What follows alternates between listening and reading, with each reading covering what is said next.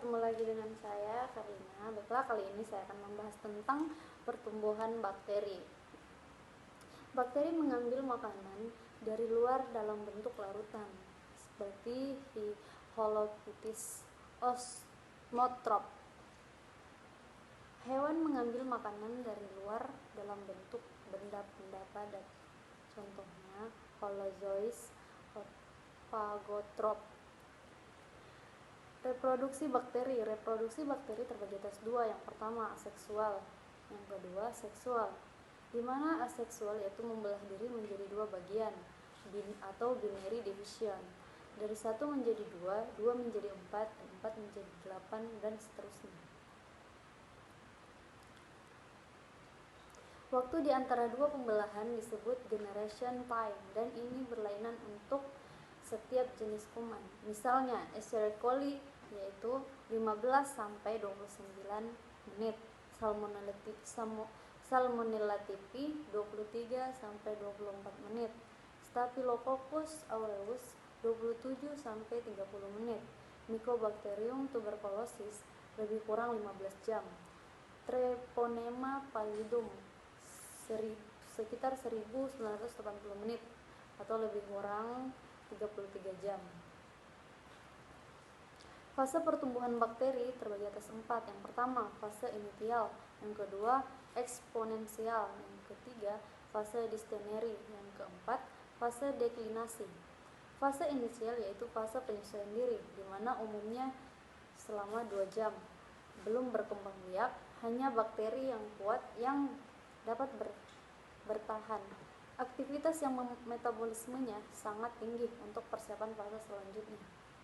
Fase logaritmis yaitu fase eksponensial, di mana jumlah bakteri bertambah dengan sangat cepat, di mana 1 menjadi 2, 2 menjadi 4, 4 menjadi 8, dan begitu seterusnya. Tetapi hanya sampai titik C, karena zat makanan semakin berkurang sedangkan jumlah bakteri semakin banyak. Sisa metabolisme yang beracun semakin banyak. Yang ketiga, fase stasioner, di mana jumlah bakteri statis atau sama dengan tetap karena jumlah bakteri yang lahir sama dengan jumlah yang mati. Terjadinya kompetisi merebutkan makanan. Yang keempat, fase deklinasi, di mana jumlah bakteri berkurang karena jumlah bakteri yang mati lebih banyak daripada yang lahir. Jumlah makanan yang semakin sedikit dapat terjadi bentuk abnormal atau involusi. Bakteri yang mampu berbentuk spora atau fase deklinasi dapat berlangsung lama, seperti Neisseria gonorrhea, itu selama 72 jam.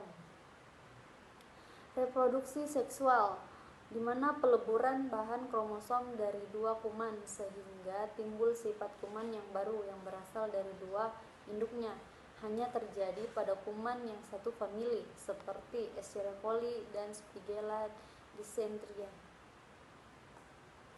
Berdasarkan suhu pertumbuhan, kuman dibedakan menjadi 3. Yang pertama, histophilic, di mana tumbuhan pada kisaran 5 sampai 30 derajat Celcius, suhu optimum yaitu 10 sampai 20 derajat Celcius. Yang kedua, mesophilik, tumbuh pada kisaran 10 sampai 45 derajat Celcius, di mana suhu optimumnya yaitu 20 sampai 40 derajat Celcius.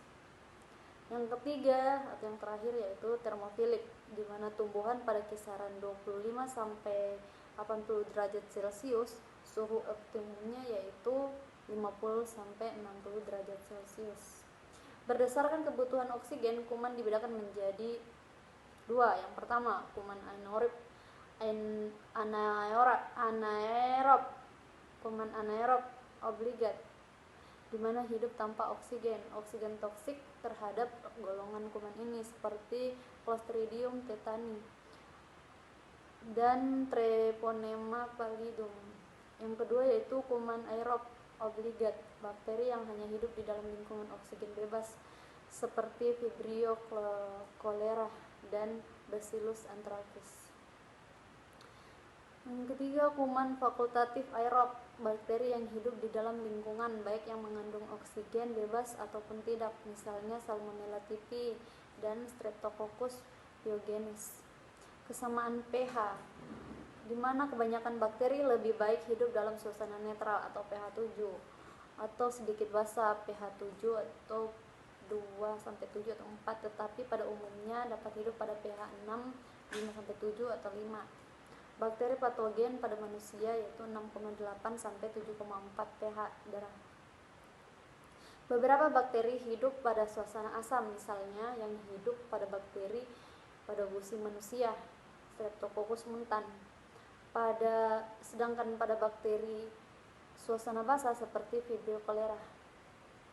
Berdasarkan sumber nutrisi, bakteri autotrof, bakteri yang dapat menggunakan karbon dioksida sebagai sumber C-nya bagi pertumbuhan dan sintesis metabolisme tubuhnya. Autotrof fotosintesis memperoleh energi dari cahaya. Autotrof kemosintetik memperoleh energi dari oksidasi substrat inorganik seperti FeSNH3 sama NO2. Bakteri heterotrof, bakteri yang hanya dapat menggunakan senyawa organik karbohidrat sebagai sumber karbonnya. Terima kasih.